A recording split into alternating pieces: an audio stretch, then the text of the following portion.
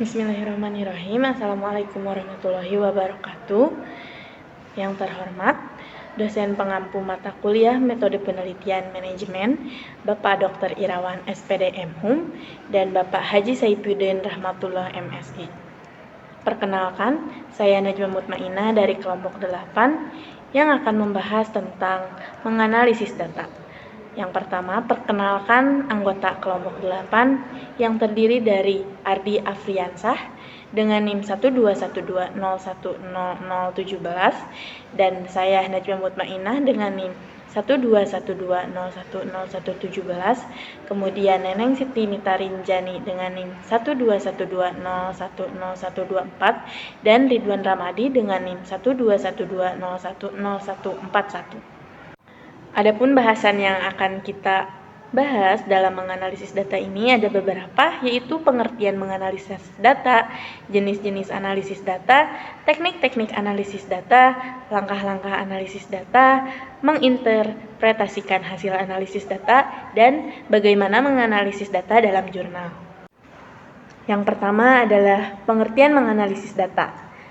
Menurut Susan Steinbeck, menganalisis data itu penting untuk mengenali, mempelajari, dan memahami hubungan dan konsep dalam data, sehingga memungkinkan pengembangan dan evaluasi hipotesis serta pernyataan penelitian.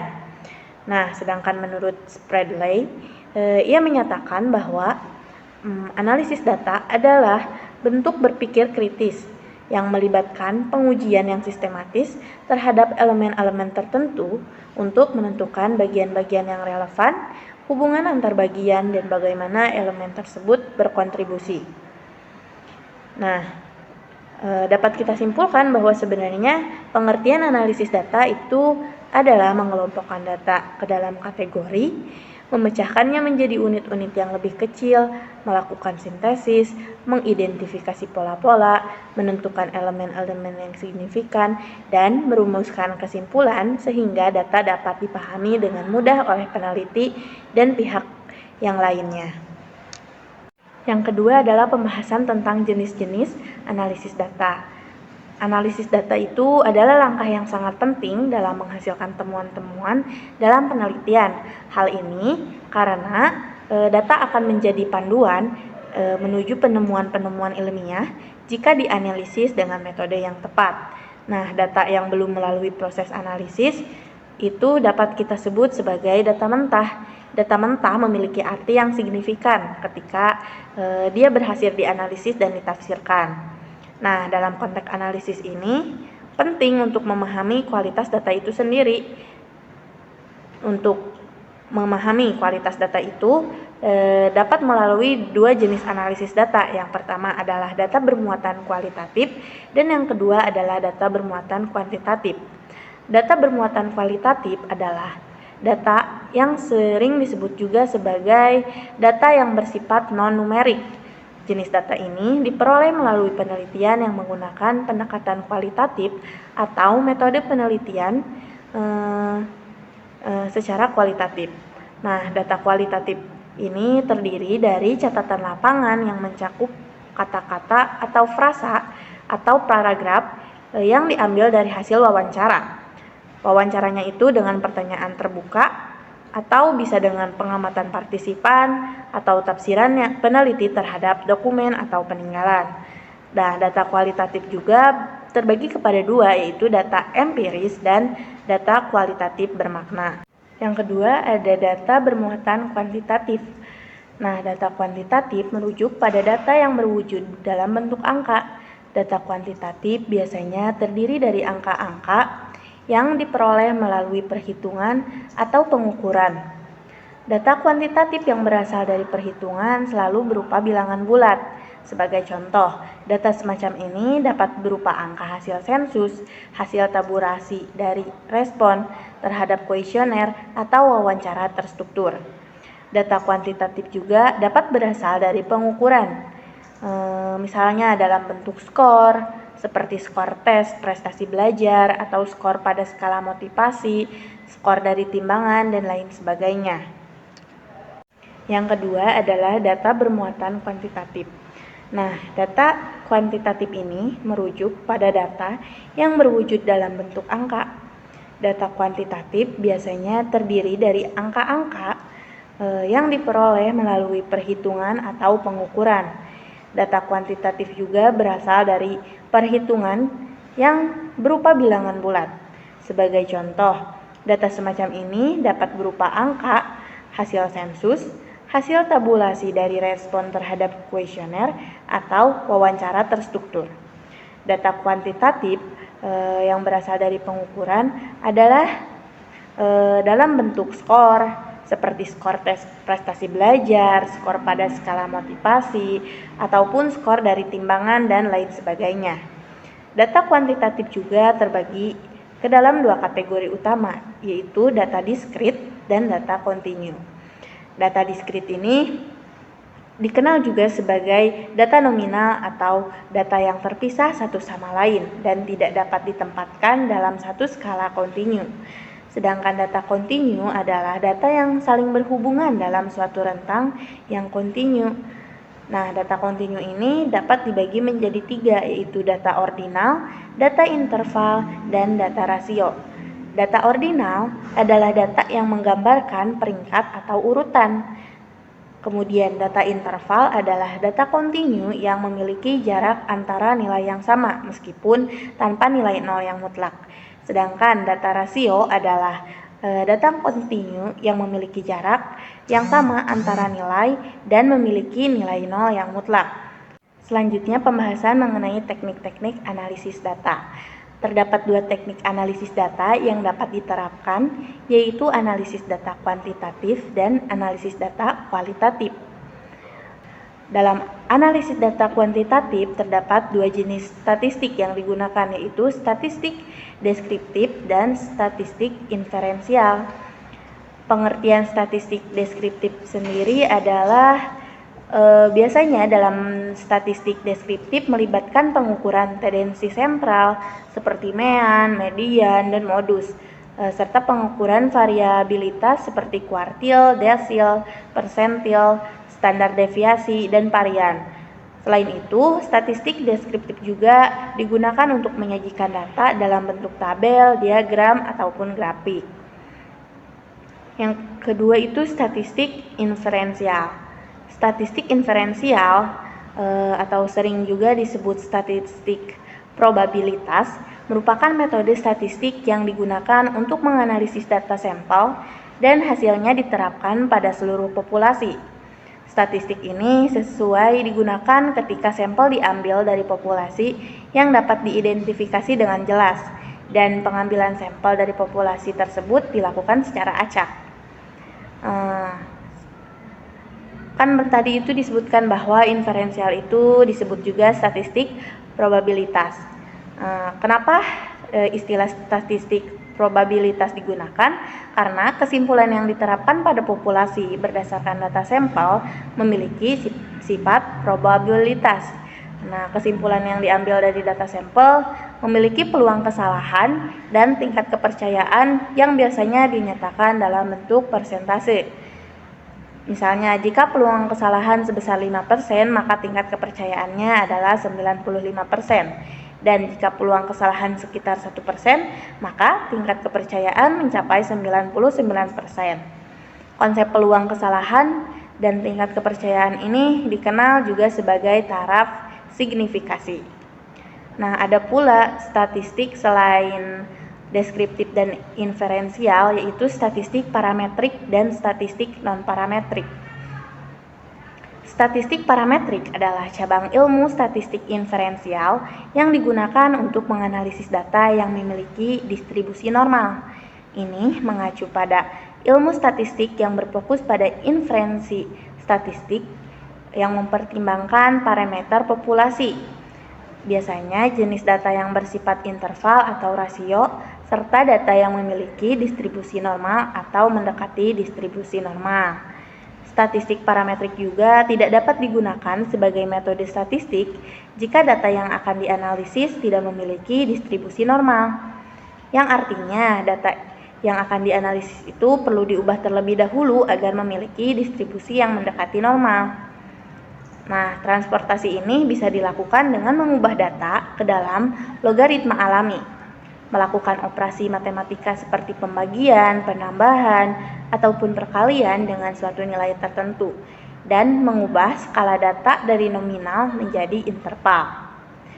Persyaratan ini kenapa diperlukan gitu? Karena metode statistik parametrik memiliki tingkat akurasi dan ketepatan yang lebih tinggi dibandingkan metode statistik non-parametrik. Oleh karena itu, penting untuk memastikan bahwa data memiliki distribusi yang mendekati normal untuk mendapatkan hasil analisis data yang akurat. Contoh statistik parametrik meliputi uji normalitas, uji homogenitas, uji T, dan uji lainnya. Selanjutnya itu statistik non-parametrik, atau dikenal juga sebagai statistik bebas distribusi. Statistik non-parametrik tidak memerlukan syarat bahwa data populasi memiliki distribusi tertentu. Statistik non-parametrik dapat digunakan pada data dengan distribusi normal atau non-normal. Biasanya, statistik non-parametrik digunakan untuk menganalisis data nominal atau ordinal. Keunggulan dari statistik non-parametrik adalah bahwa tidak ada asumsi normalitas yang diperlukan. Secara umum, metode statistik non-parametrik lebih mudah untuk diaplikasikan dan lebih mudah dipahami dibandingkan dengan metode statistik parametrik karena tidak melibatkan perhitungan matematika yang rumit atau membutuhkan statistik parametrik gitu. Statistik non-parametrik juga diterapkan pada data yang bersifat numerik atau nominal dengan tingkat ordinal. Terkadang tidak perlu ada urutan atau tingkatan formal dalam statistik non-parametrik karena data sering kali diungkapkan secara kualitatif. Pengujian hipotesis dalam statistik non-parametrik juga dilakukan langsung pada observasi aktual. Nah, meskipun statistik non-parametrik tidak terbatas pada distribusi normal populasi, namun dapat diterapkan pada populasi dengan distribusi yang normal. Contohnya, statistik non-parametrik itu mencakup korelasi Spearman dan uji chi-square. Nah, berbeda dengan analisis kuantitatif, analisis kualitatif itu dilakukan dari sebelum memulai penelitian, selama penelitian, dan sesudah penelitian dilakukan di lapangan. Nah, yang pertama itu analisis sebelum penelitian di lapangan dimulai.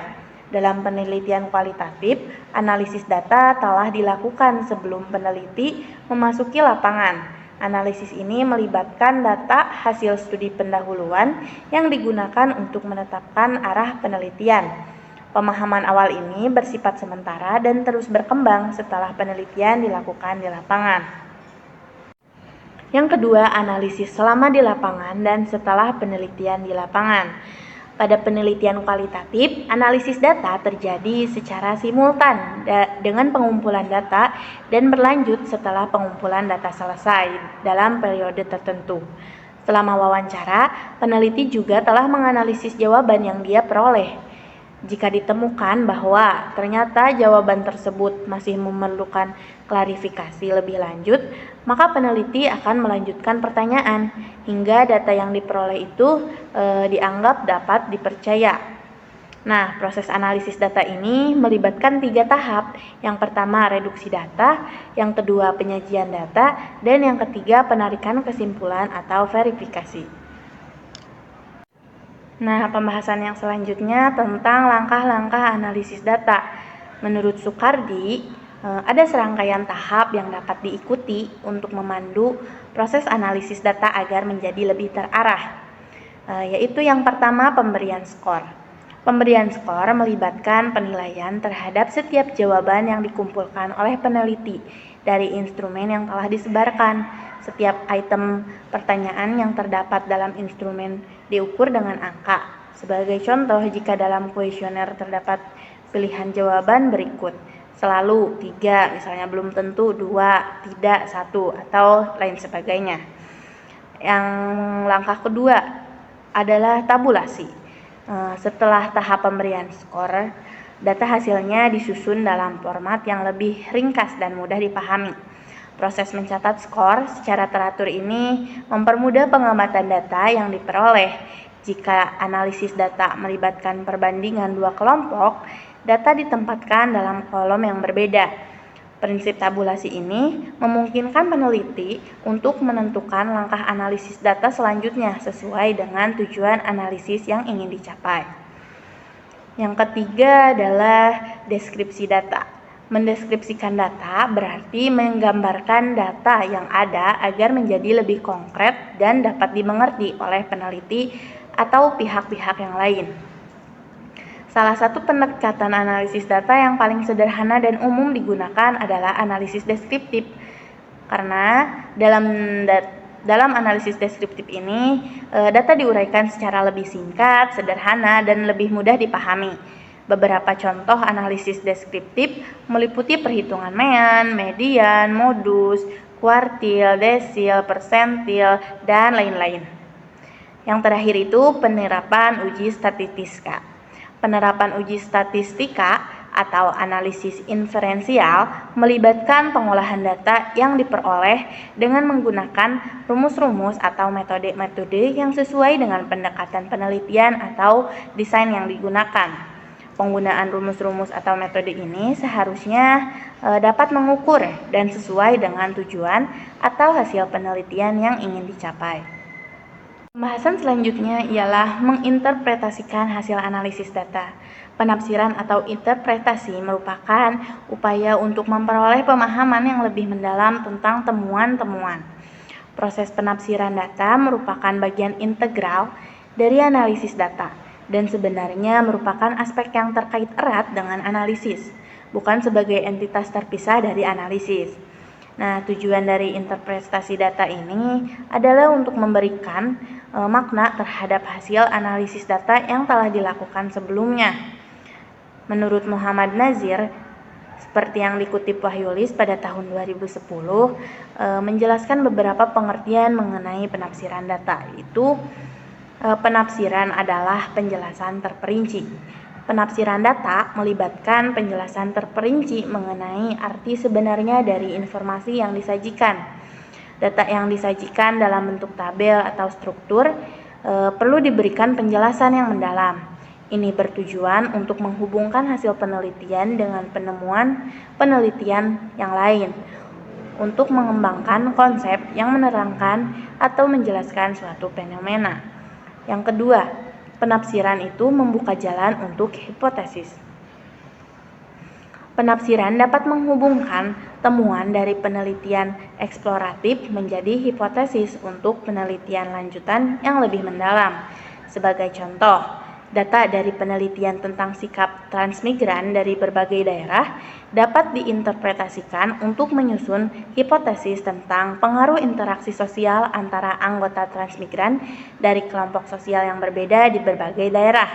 Ini membuka peluang untuk penelitian selanjutnya. Penafsiran data juga memiliki peran yang sangat penting dalam proses analisis data, karena kualitas analisis yang dihasilkan tergantung pada kualitas penafsiran yang dilakukan oleh peneliti terhadap data. Pembahasan selanjutnya mengenai menganalisis data dalam jurnal. Nah, di sini ada jurnal yang pertama, yaitu Jurnal Nasional dengan judul Manajemen Strategik Pendidikan Islam yang dikeluarkan pada tahun 2021 dan penulisnya yaitu Sri Budiman dan Suparjo. Jurnalnya ialah Jurnal Ilmu Sosial dan Pendidikan dengan volume 5 nomor 3. Instansinya UIN Profesor Kiai Haji Saifuddin Juhri. Penelitian ini merupakan jenis penelitian kualitatif menggunakan metode studi kepustakaan atau library research. Studi kepustakaan merupakan suatu studi yang digunakan dalam mengumpulkan informasi dan data dengan bantuan berbagai macam material yang ada di perpustakaan, seperti dokumen, buku, majalah, serta kisah-kisah sejarah lainnya. Sumber data yang menjadi bahan penelitian ini berupa buku, jurnal, dan situs internet yang terkait dengan manajemen strategik pendidikan Islam. Teknik pengumpulan datanya adalah dengan dokumentasi. Teknik analisis data yang digunakan dalam penelitian ini juga adalah metode analisis isi atau konten analisis. di mana analisis ini digunakan untuk mendapatkan inferensi yang valid dan dapat diteliti ulang berdasarkan konteksnya. Dalam analisis ini akan dilakukan proses memilih, membandingkan, menggabungkan, dan memilah berbagai pengertian hingga ditemukan yang relevan untuk mencegah serta mengatasi kesalahan pengertian. Nah, di jurnal ini juga membahas mengenai manajemen strategik pendidikan Islam sebagai suatu sistem yang terstruktur dalam mengelola lembaga pendidikan Islam.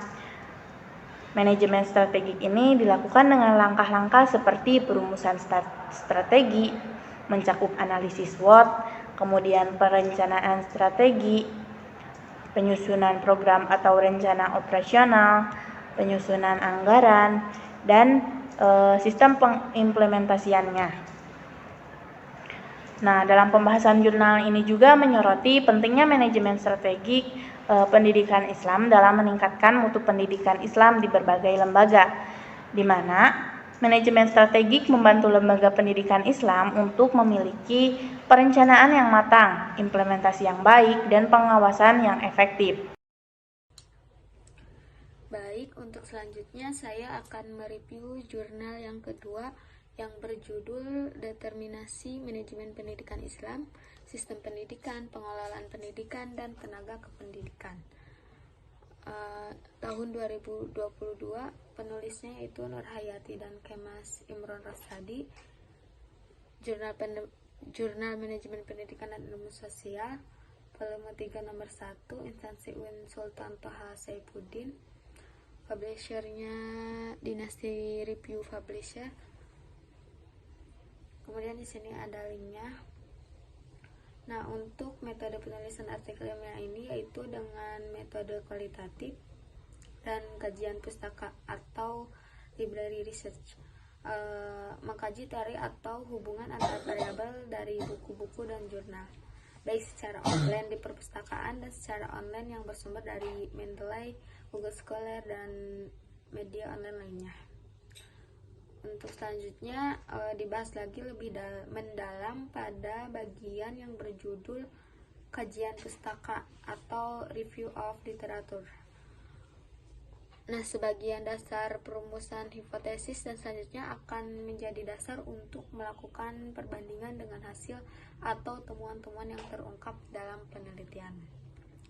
Nah, dalam jurnal ini si penulis telah menguraikan beberapa poin terkait dengan pengaruh sistem pendidikan, pengelolaan pendidikan, dan tenaga pendidikan terhadap manajemen pendidikan Islam. Agar dapat menjawab pertanyaan yang diajukan dalam rumusan masalah jurnal tersebut, perlu adanya analisis yang lebih mendalam mengenai setiap poin tersebut. Mari kita bahas lebih rinci lagi.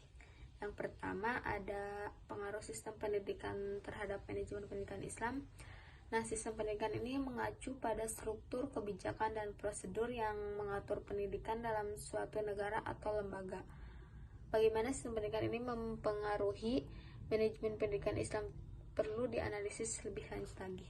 Kemudian ada pengaruh pengelolaan pendidikan terhadap manajemen pendidikan Islam.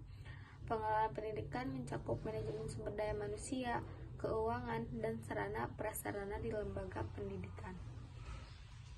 Kemudian yang terakhir ada pengaruh tenaga pendidikan terhadap manajemen pendidikan Islam. Tenaga pendidik ini termasuk guru dan dosen yang memiliki peran penting dalam proses pendidikan Islam. Dalam konteks pendidikan Islam penting kita untuk memahami bagaimana faktor-faktor tersebut berinteraksi dan saling mempengaruhi. Analisis lebih lanjut dapat melibatkan penelitian empiris dan studi kasus untuk mengidentifikasi dampak nyata dari sistem pendidikan, pengelolaan pendidikan, dan tenaga pendidikan terhadap manajemen pendidikan Islam. Untuk selanjutnya ada jurnal yang ketiga yang berjudul Strategi Gaya Kepemimpinan Kepala Sekolah dalam Melaksanakan Merdeka Belajar di Sekolah tahun 2023. Penulisnya Mastur Nama jurnalnya Jurnal Manajemen Pendidikan, volume 10 nomor 1, instansinya Universitas Kristen Satya Wacana, publishernya Fakultas Keguruan dan Ilmu Pendidikan Universitas Kristen Satya Wacana. Nah, untuk metode penelitian ini yaitu menggunakan metode studi literatur. Studi kepustakaan adalah suatu penelitian yang digunakan untuk mengumpulkan data atau informasi melalui sumber-sumber perpustakaan. Seperti kepala sekolah sangat berperan penting dalam membimbing proses pembelajaran kurikulum mandiri yang mengacu pada profil peserta didik.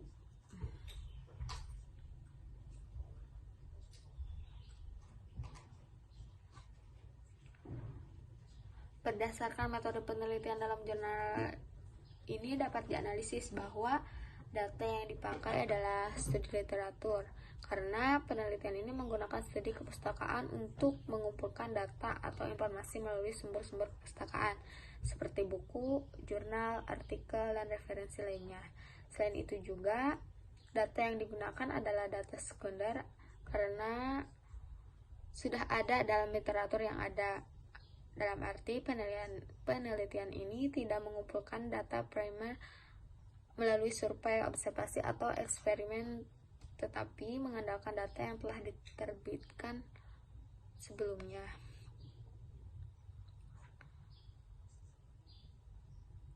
Dalam studi literatur ini, peneliti mengumpulkan berbagai literatur yang berkaitan dengan topik kepemimpinan kepala sekolah dalam menerapkan kurikulum mandiri. Mereka menggunakan literatur tersebut untuk mendukung analisis dan temuan dalam penelitian mereka. Selain itu, peneliti juga merinci beberapa temuan dan gagasan yang ditemukan dalam literatur tersebut. Kemudian, penelitian ini memberikan wawasan dan pemahaman yang mendalam tentang isu kepemimpinan kepala sekolah dalam konteks kurikulum merdeka. Meskipun metode studi literatur lebih berfokus pada analisis literatur dan informasi yang sudah ada, penelitian ini memberikan kontribusi penting dalam memahami topik tersebut dari berbagai perspektif yang ada dalam literatur.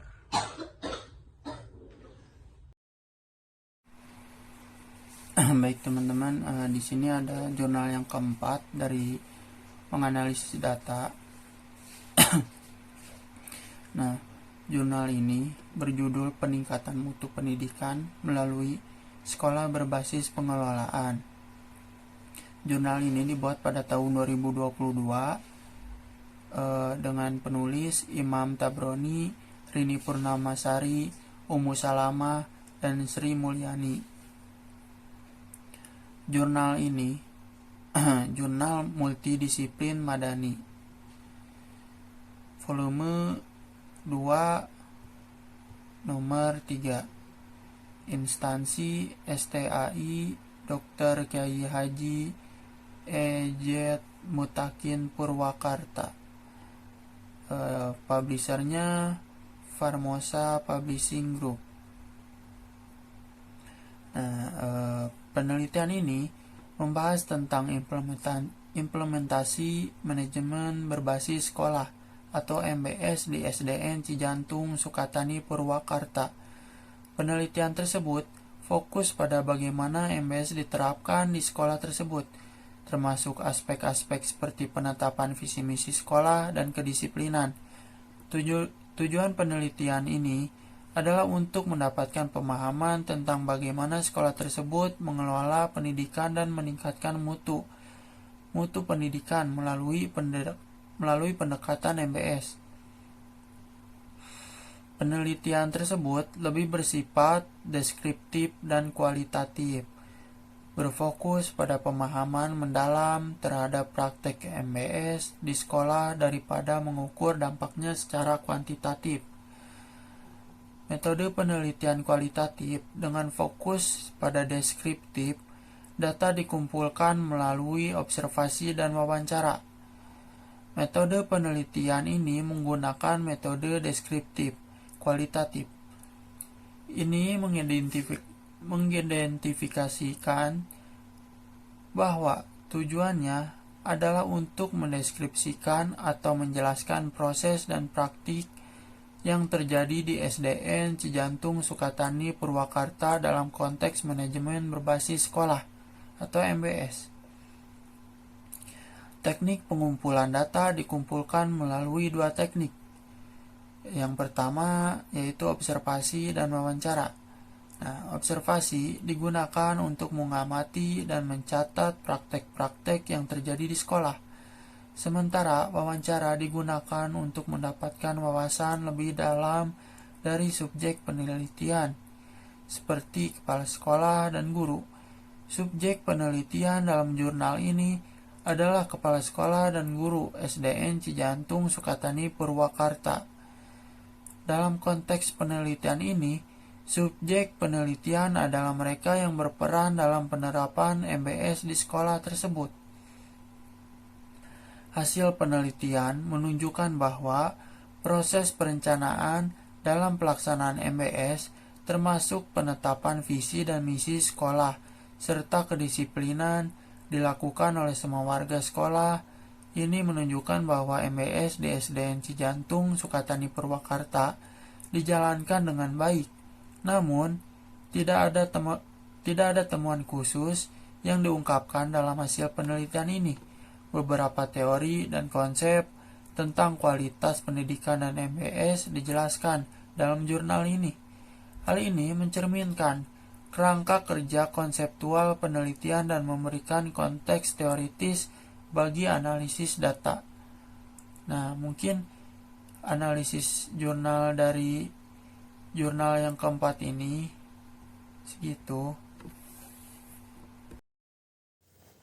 Baik, selanjutnya yaitu jurnal yang kelima. Jurnal ini berjudul Manajemen Penjaminan Mutu Internal sebagai Strategi Pencapaian Standar Nasional Pendidikan melalui Prinsip Perbaikan Berkelanjutan. Nah, jurnal ini dibuat pada tahun 2022 dan ditulis oleh Habibie, Aris Munandar, Abdurrahman, dan Andi Dharmawangsa. Jurnal ini yaitu Jurnal Manajemen Pendidikan Islam volume 6 nomor 2 untuk instansi dari Universitas Negeri Makassar. Untuk publishernya yaitu dari At-Tanjim. Penelitian ini menggunakan pendekatan kualitatif dengan pendekatan studi kasus. Hasil penelitian menunjukkan beberapa poin penting, yaitu penelitian ini bertujuan untuk memahami dan menganalisis implementasi manajemen penjaminan mutu internal dalam mencapai standar nasional pendidikan melalui prinsip perbaikan berkelanjutan di dua lembaga, yaitu Man Insan Cendekia Goa dan SMA Islam Atira Makassar. Penelitian ini menggunakan pendekatan kualitatif dan studi kasus. Pendekatan kualitatif digunakan untuk memahami konteks, proses, dan perubahan yang terjadi dalam kedua lembaga pendidikan.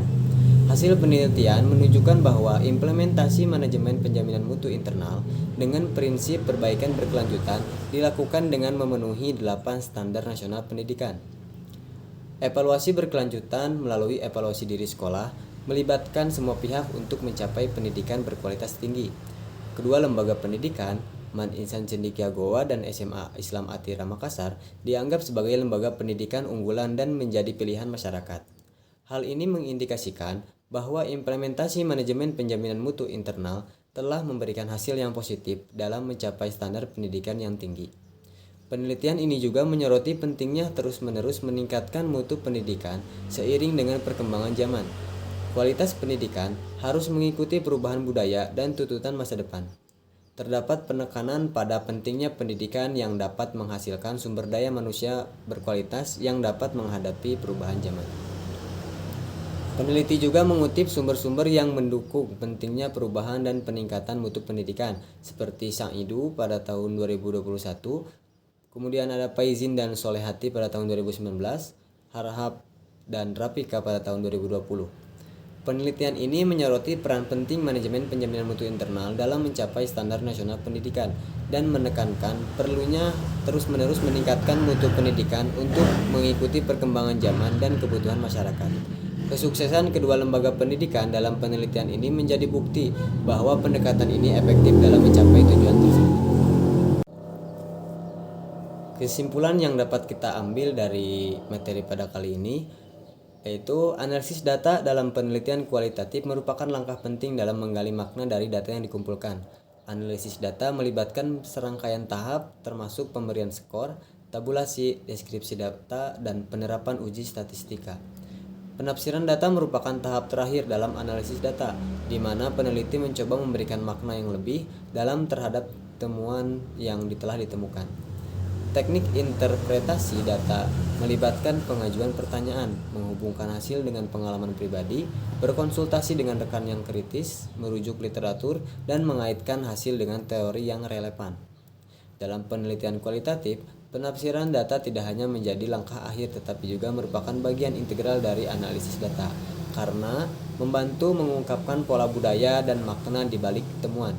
Peneliti perlu memahami konteks dan tujuan penelitian untuk dapat melakukan penafsiran data yang relevan dan bermakna. Nah, mungkin cukup sekian yang kelompok kami dapat sampaikan. Terima kasih atas perhatiannya dan mohon maaf apabila ada tutur kata yang salah. Assalamualaikum warahmatullahi wabarakatuh.